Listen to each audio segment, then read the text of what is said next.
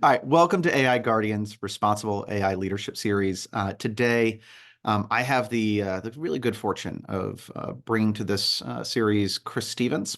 He is a privacy and cyber risk analyst at King and Spalding. He's also an adjunct professor at Drexel University's College of Computing and Informatics, where he teaches courses in data protection, information privacy, and information security. He has a long distinguished record in these spaces that goes beyond that. But as a quick intro, I think that works. Chris, welcome to this edition. I'm glad to have you here. Chris, thank you. First and foremost, I want to thank you and AI Guardian for giving me this opportunity to talk about two topics that are near and dear to my heart, Yeah. Well, privacy and AI. yeah, it's going to get really interesting real quick. And it's, I think the nexus of those two coming together is going to be a really interesting area to talk about now.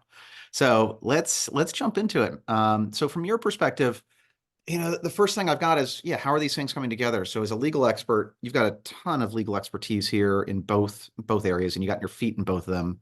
Where are you seeing flashpoints between the two spaces today? Where do you see this coming together and getting interesting right now? I think that, companies themselves have rushed to embrace AI technologies, Yeah, to either to solve some business problem. yeah, And then later in retrospect, they're finding that, there are ramifications for a quick rush to these technologies. We're seeing now, companies themselves going back and including privacy officers, the CPO and others in these AI adoptions, because it's clear that not only do they impact individuals, they impact organizations from a privacy perspective. I think that, you know, one of the things that we have to look at is, as we're using these training sets, these data sets, where do they come from? What type of data are we looking at? Is it personally identifiable information? yeah. Because again, then you have to go back and look at, these privacy laws Hmm. and, their principles, transparency, accountability. We can go to the AI side, explainability, interpretability. Yeah, What happens if I am a person that says, I don't consent to you using my personal information in your training data sets? Do you break the algorithm? Do you break yeah, the model?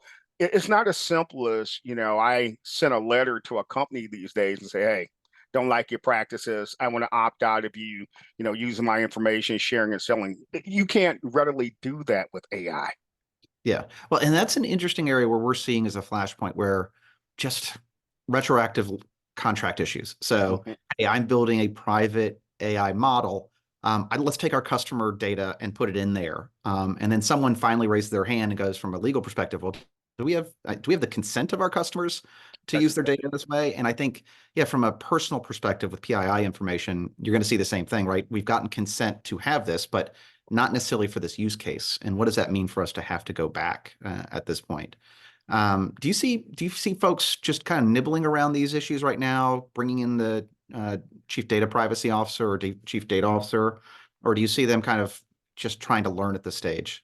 I think they're doing both. I think mature organizations have realized that because you have these huge, impactful data privacy and data protection laws, that Yeah, you've got to have that privacy expert at the table in your, AI governance, fora.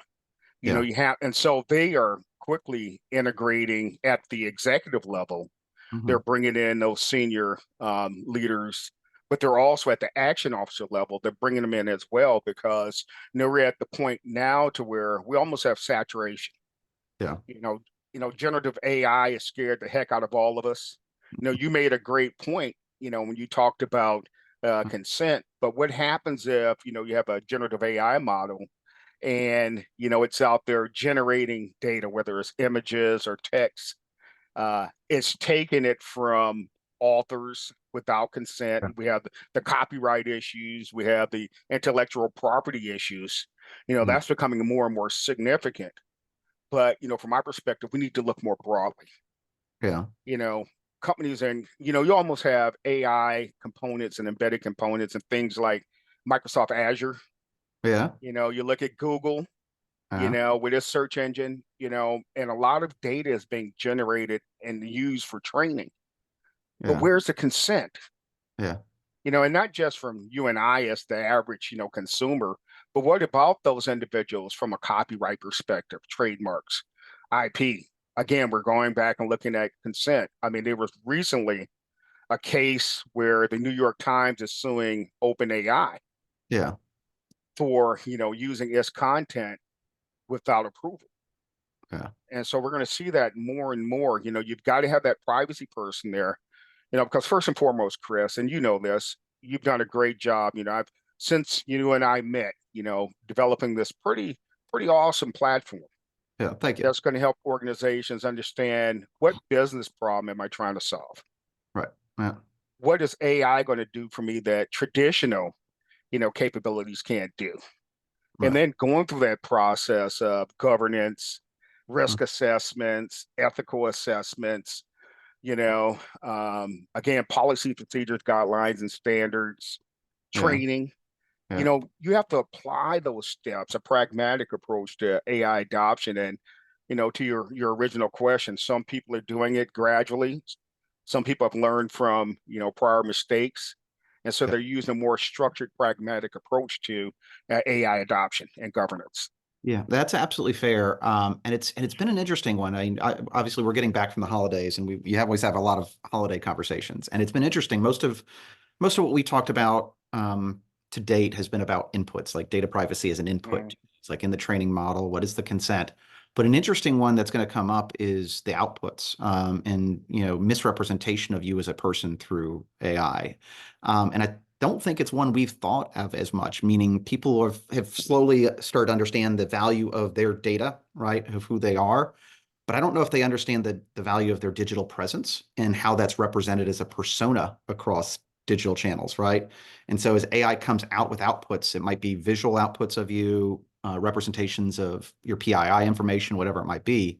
But whether it can do it or if it's factually correct is going to be an interesting piece that I think most celebrities and people public figures have had to deal with for a long time.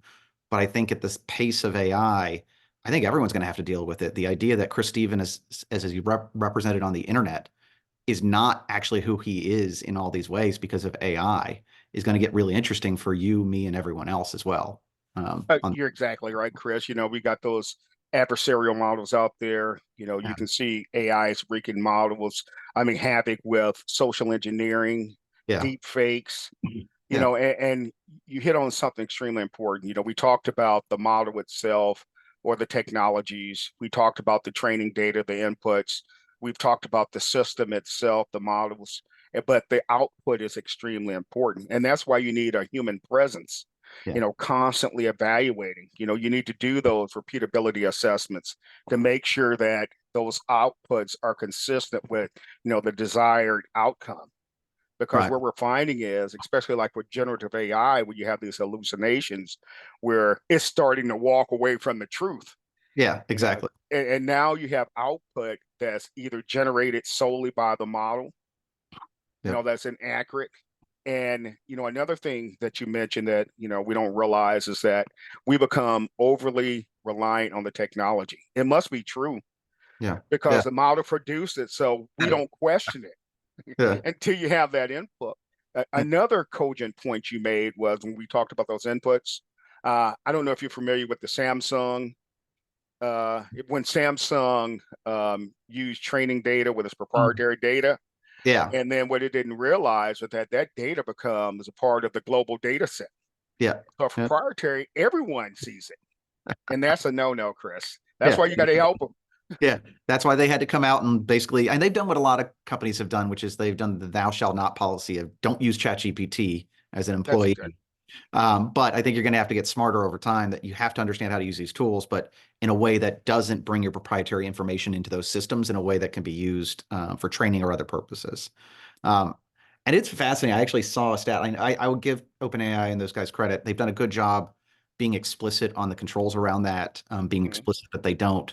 But I just saw an interesting poll like the last week where all these companies are saying it, but when you look at global populations, almost no one believes it. And that's a hard thing to overcome is, once you've lost trust on issues like that, if people don't believe it, even when you say it, how do you still operate as you move forward? I I mean, you're exactly right. I can remember growing up and watching 2001, A Space Odyssey.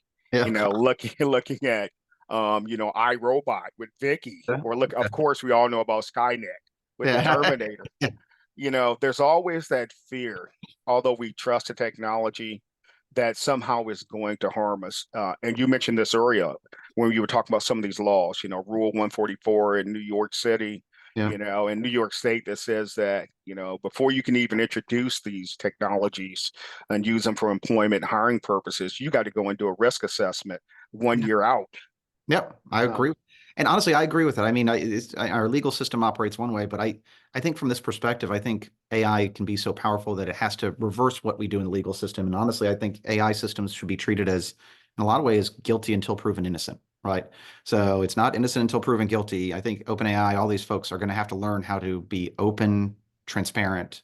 It can't be a black box. People have to test it as third parties. And I think you're going to see governments through the EU AI Act and others start to push for that mhm. because of how quickly these can scale and the impact they can have. Absolutely. And So that's why you're seeing generative AI, like China's banned yeah, chat GPT, because again, it's not so much that it's worried about its citizenry. Again, they're trying to grow their own startup, and so they want you to use that vice using other technologies. yeah, exactly. So let me ask you a question since you're so deep also in data privacy side. So I've dealt with data privacy probably as much or more so over the years than AI even. And you already had a lot of companies really struggling with governance and compliance around data privacy. Now you've got AI on that, on top of that. Where are you seeing companies in your overall experience, do well from a governance and compliance perspective in these areas? Where are they still struggling? Kind of what are their good and bad sides of this right now? So let's take an example. I mean, let's go back to the elephant in the room. Let's look at the EU GDPR. Yep. In its true essence, introduced in 2016, enforced May 25th of 2018. And look at the struggles. Even today, 5 years after the fact, Yep. we're seeing organizations struggle to comply with it from a governance perspective. Hmm. Because first you have to understand the law, and then Yeah. you have to translate that law into your own internal policies and procedures, guidelines, and standards. And I think that, when it comes down to it, some companies, especially the smaller ones, the medium sized, it's the cost of doing business. Mhm. So do I pay, for this pound of compliance, or do I just, skirt the edges of that compliance until I get caught? Right. Yeah. Exactly. I think that, more and more companies now, they're going to take a different stance when it comes to this AI Act. Yeah. I mean, when you look at the penalties, and again, when you scale it down, we just made it through the trilogue. We Yeah. have this provisional agreement, Germany and France, hey, you can't hamper, our own national industries. And Yeah. so we'll have a compromise. But when you look at it, when they start rolling it out, look at the fines, Yeah. 3%, 35 million euros, Yeah. or 7%, 35 million euros, 3%, 15 million euros for, lower Oh, infractions. And then, just not giving the right information, we're at 1%, which still comes out to a significant amount, yeah. 7.5 uh, million euros. And that's going to drive compliance. Yeah. Why do you think, we're looking around the globe like we did with the GDPR? We're saying now governments are starting to pass their own laws, Yeah. the drive compliance. They don't want to be led by the nose by the EUAI Act, but it's going to be extremely important. And I Yeah. think that from a governance standpoint, we're going to see companies, the big companies already, they're more positioned. If you've learned to comply with the GDPR and other laws, then you're going to be able to comply with the EUAI Act. But it's not only an EUAI Act. You got to propose AI product liability act Yeah. directive. My apologies. Yeah. And so you're gonna have to go back. You're gonna have to look at your organization. Yeah. You're gonna look at the um, inventory, your AI technologies, your capabilities. Look at governance. You got to have a governance structure. Yeah. And that's what you're doing so well. And not only for the big companies are you doing this, you're also looking at the small and medium size, because we have to carry them along with us. Yeah. Right. And so, you get that governance structure in place, you write a policy, you Mhm. train people on the policy. Yeah. You're going to have third party oversight. Yeah. You got to look at the model, look at the algorithm through its life cycle, Yeah. repeatability assessments, Mhm. algorithmic um, risk assessments, and of the like Yeah. throughout this life cycle if you're going to make it. Yeah, exactly. If, And if yeah, and I'm curious on that. So you mentioned a lot of things we talked to our partners about: policies, basic project tracking, transparency, training, etc. And what we saw with GDPR is kind of a race to some standardization, right? There's a reason why Mhm. you have the same consent button on every website you go to. Do you see a race towards some sort of standardization, or do you think it's on compliance, or do you think it's going to be fragmented for a while? Like, how do you see this working out for companies in I general? think it's going to be fragmented because you have to understand it. Remember, we still don't have the final language. Yeah, Um, that's true too. and so, right now, at least we're better off than we were before December. Yeah, We know it's coming. yeah, People knew the GDPR was coming, but they took a wait and see approach. yeah, We're talking about 24 months like any other EU regulation adoption. But if you are, a high risk AI developer, we're yeah. talking about, or prohibited, we're talking about 6 months. Yeah. Well, and And that's the most interesting part of this for us, because you're right on what you said earlier. Like they up the amount of fines. They realized they wanted to be serious about this, so the fines are a sledgehammer. They copied the playbook on GDPR, which was made it extraterritorial, right? So mhm, it covers pretty much, by the definition, you have to pay attention, right? No matter where you are in the globe. mhm. But what was most interesting was the timelines. You're right. The full piece goes into effect in 2 years, but 6 months for prohibited use cases. That's exactly right. Fascinating to see them do. Do you think there was a reason why they drove so quick? 6 months is like almost nothing in terms of regulation. That's extraordinary. Do you think there's a reason why they're driving so quickly on the timeline here? Harm, Yeah, you think potential harm, because when you go back and you look at, the EU AI Act in its own form, you got Article 3 that talks about those high risk yeah, systems. yeah, Article 2, highlights, some of those systems, general AI, foundational, but it also has those prohibited ones. yeah, They have to go after those systems, drive compliance. Otherwise, otherwise everything else falls by the wayside. yeah, exactly. That's why we have 4 tiers. Yeah, So you take care of prohibitive systems, and then you give them 24 months to really start working towards those high risk systems. And then, for everyone else, again, like any other regulation, you've got the 24 months. But, Chris, this is going to be far more impactful than the I mean, than the GDPR. yeah, absolutely. It's so broad in scope. And I don't even think the European Union truly understands the impact that this act will have on globally. Yeah. I think they have an aspiration, because the EU does not want to be ignored on this, even though most of the innovation is coming from the US and Asia. But what's interesting about that, because we've had this conversation with a lot of our partners, is like you said, there's the prohibited and the high risk, et cetera. And most of our partners we talk to, they say, well, we're not doing the prohibited stuff. That's like biometric facial scanning and other stuff. But what's interesting about at least the preliminary language is, you still have to do conformity assessments, impact That's assessments, exactly right. or submit those to prove that you're not. Like, that's the whole point. I think we've had with a lot of partners. They're like, well, that's high risk stuff that we don't do. I'm like, yeah, but you still have to show that your models aren't that. There's no free pass in the early language. There might be later. And I think that's what's most interesting in our conversations, is most people not realizing that they still have to go through the gauntlet, the certification gauntlet, even if they're not, to show they're not, which has been interesting.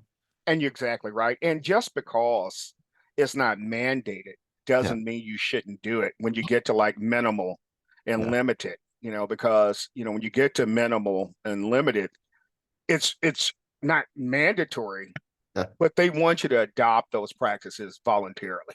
Yes, absolutely. And what's going to happen is this is just an initial iteration. It doesn't mean that this act won't be revised based on a year or 2 years, Yeah, and so everyone should take, it's like we take the high water mark now.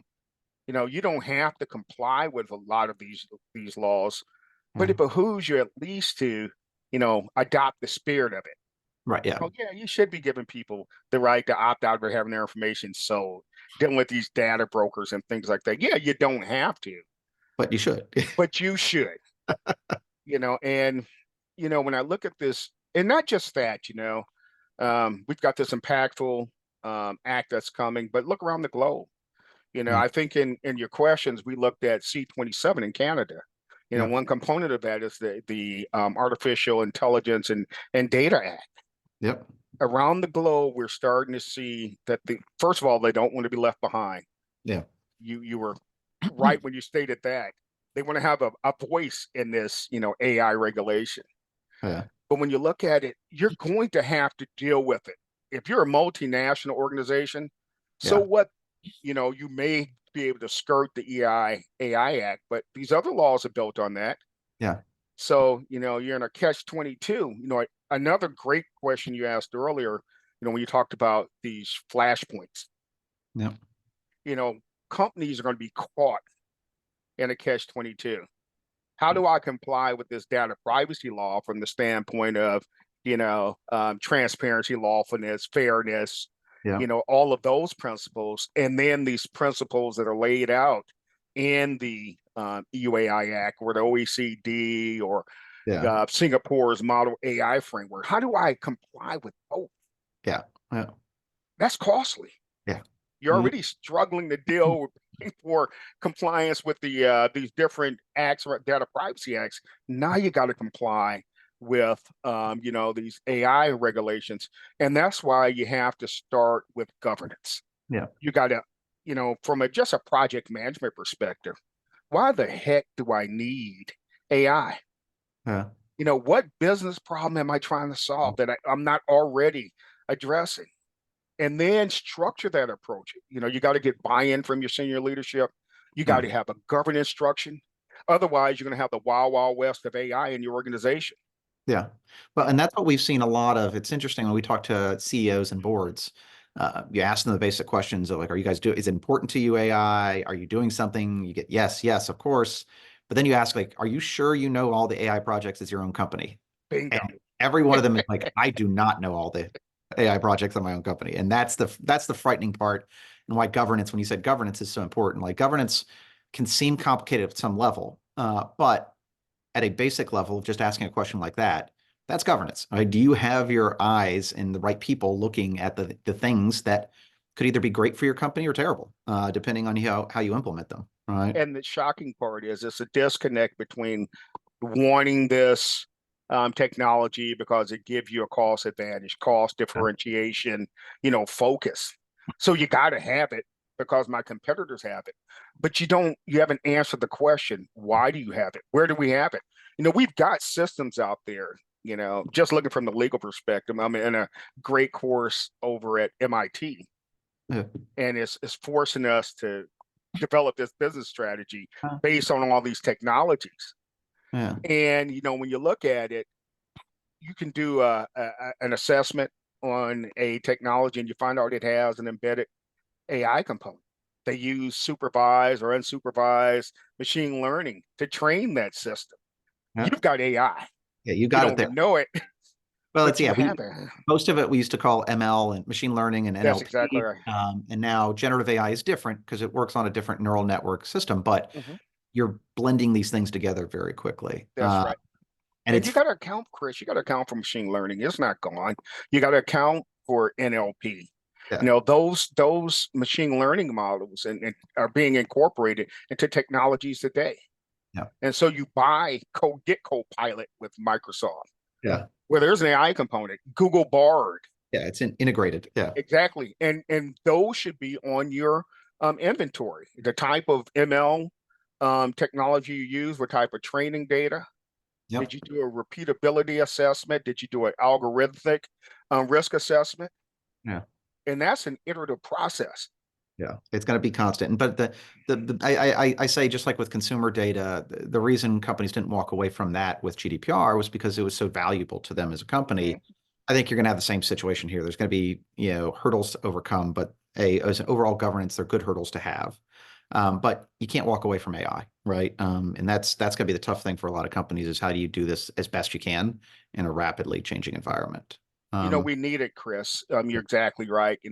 I was asked to take an organization and look at it the way it operates today, and look at the benefits and disadvantages of adopting ML, Yeah. the types of ML, looking at NLP, Yeah.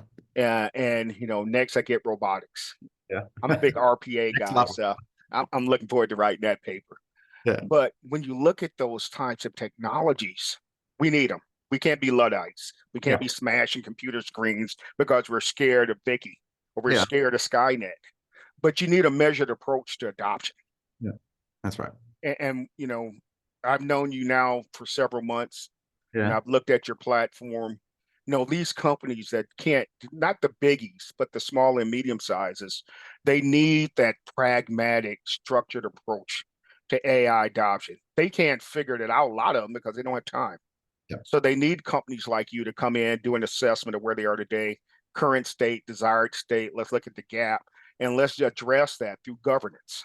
Right. Exactly. And get to the right spot that works for our company. Mm-hmm. I think that's going to be important. By company type it's a very different solution by company type outside of the regulation that's going on. What's Mm-hmm. right for you? So let me ask you this. We talked a lot about the EU AI Act. I'm curious about, since you're right and it's your home base, federal government level in the US. Like we had Biden's executive order. We Mm-hmm. have the agencies working on that now, like OMB. But where do you see U.S. federal government fitting at the federal level, fitting into regulation? What leadership role or not? Kind of how do you see that playing out? Well, now you're going to make me cry on screen. It's a Okay. terrible sight. You don't want to see that. But remember now, we still don't have a national Yeah. data privacy law. Yeah. It's just, we got close, Yeah. but it's an election year, so nobody's going to do anything with that. But what Yeah. I see is it goes back to what we talked about earlier, the impetus and the impact of the EU AI Act on other jurisdictions. Yeah. I think the president made a good start with his blueprint Yeah. for the AI Bill of Rights. Yep. It's got its 5 principles there that he wants us, the federal government. We're only talking about the executive branch. Yeah. Yeah. I, Yeah. I learned quickly when I worked for the Office of Cybersecurity at the legislative branch. Yeah. No, the House helps pass these laws, but it doesn't have to comply with. That's I true. was told it's Yeah. just the spirit Yeah. of the laws, but we don't have. That's an executive branch thing, Yeah. so we can do it voluntarily. Yeah. But I think the president um, really stepped forward, in late October, Hmm. with the safe, secure, Hmm. and trustworthy development and use of AI. Hmm. It goes well beyond the Bill of AI rights. It gives specific guidance to those agencies, but he's done it in a way that also benefits the private sector. Yeah. I'm a big proponent of NIST. Yeah. Yeah. The NIST privacy framework, the cybersecurity framework, which is now in its second iteration. Hmm. But he got ahead of this, back in 2021 or so, Yeah. when NIST was directed, to develop this NIST AI RMF, which I like a lot.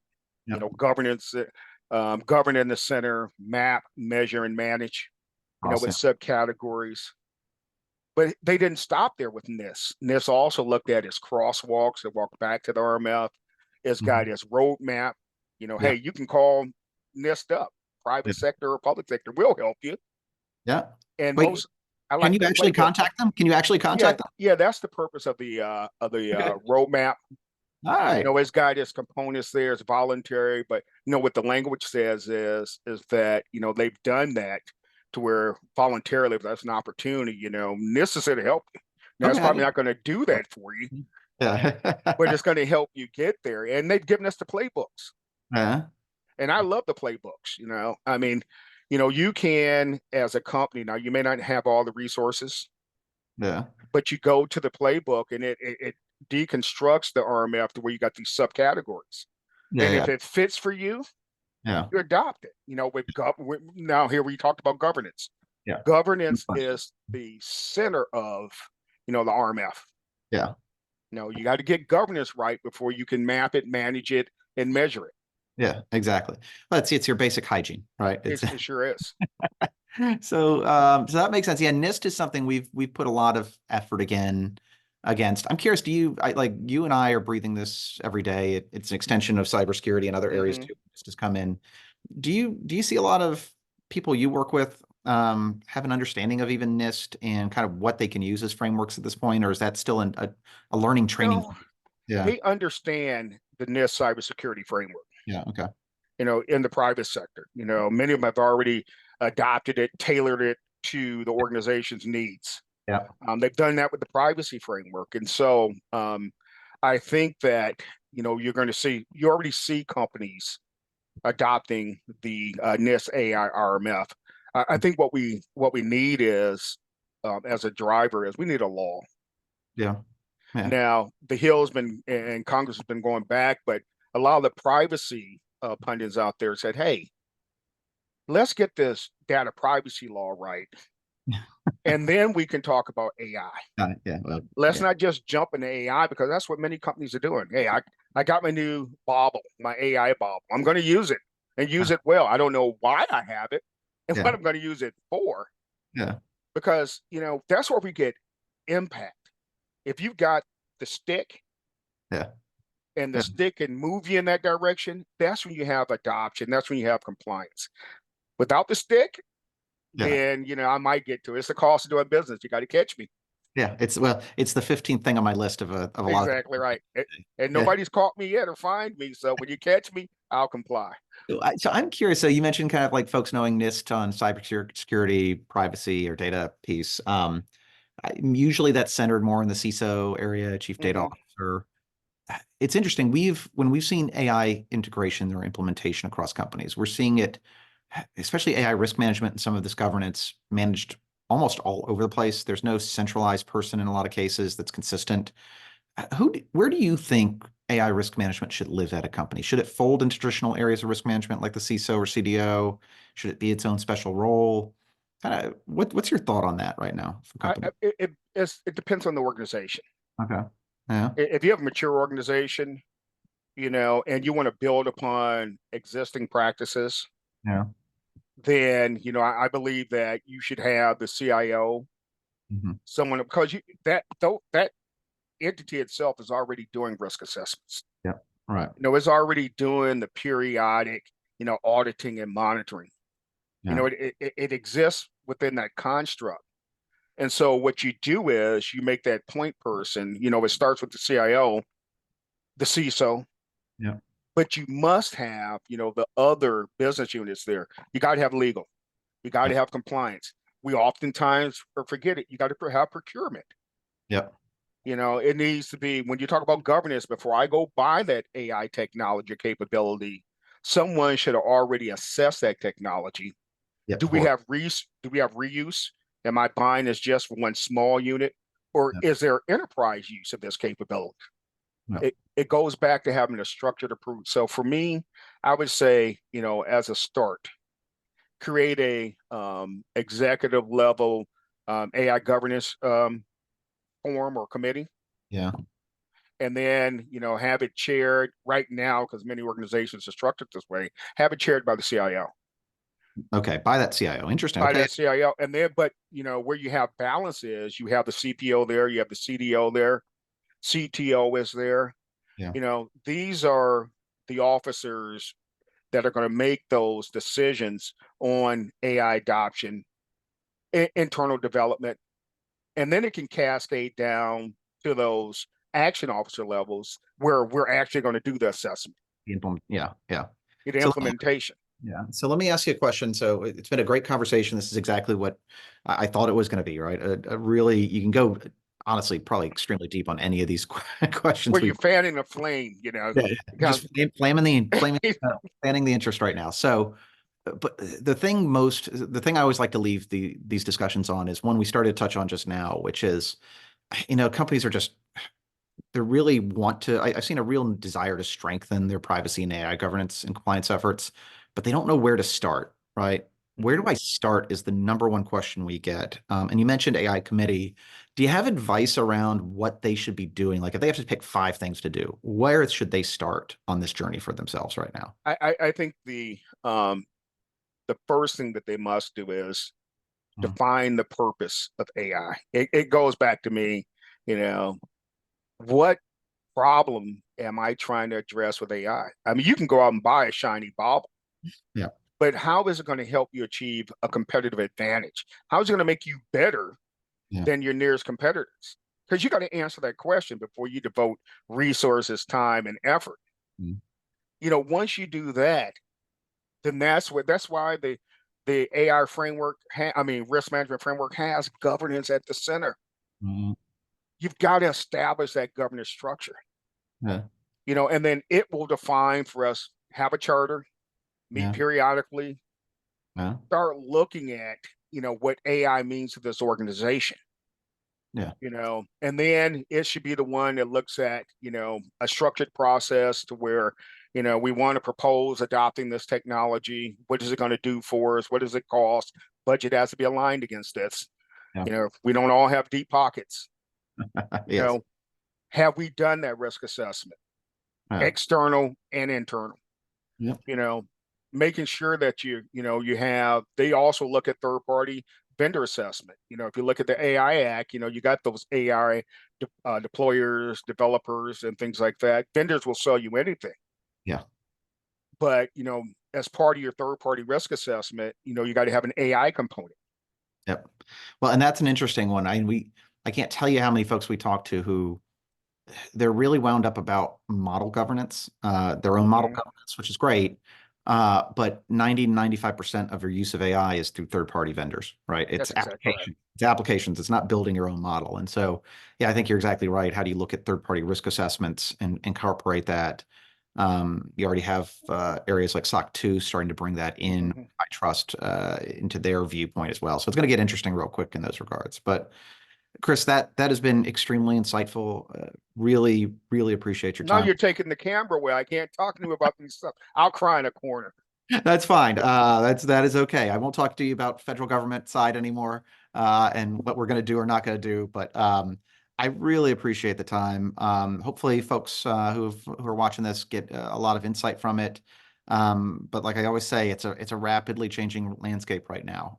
So I'm sure half of what we said is valuable today, and we're going to just keep coming back with more as that landscape continues to develop. But Chris, thank you so much for your time today on it. You're very welcome, and I want to thank you again for this opportunity. And I want AI Guardian to continue doing what you're doing, because organizations need you. Yeah. I mean, and I'll let you go, but you said, how do we do it? Uh, Well, what you can offer them is a pragmatic, structured approach and how we introduce governance. Once you get that done, I'm not saying it's easy, the rest will fall into peace, but it doesn't happen without a governance program. Yeah, I really appreciate the sincere comments there. And we hope a lot of companies start to take this really seriously as they successfully implement AI in their own organizations. So, well, Thank you, Chris. Either they're riding the paradigm shift, yeah, or they're going to get left behind. they're definitely if you're not riding on this, you're going to get run over by it. That's So exactly right. we hope to work with people who want to ride on it. But Chris, thank you so much. Much appreciated today. Thank you. You have a wonderful day, Chris. Thanks. Bye bye.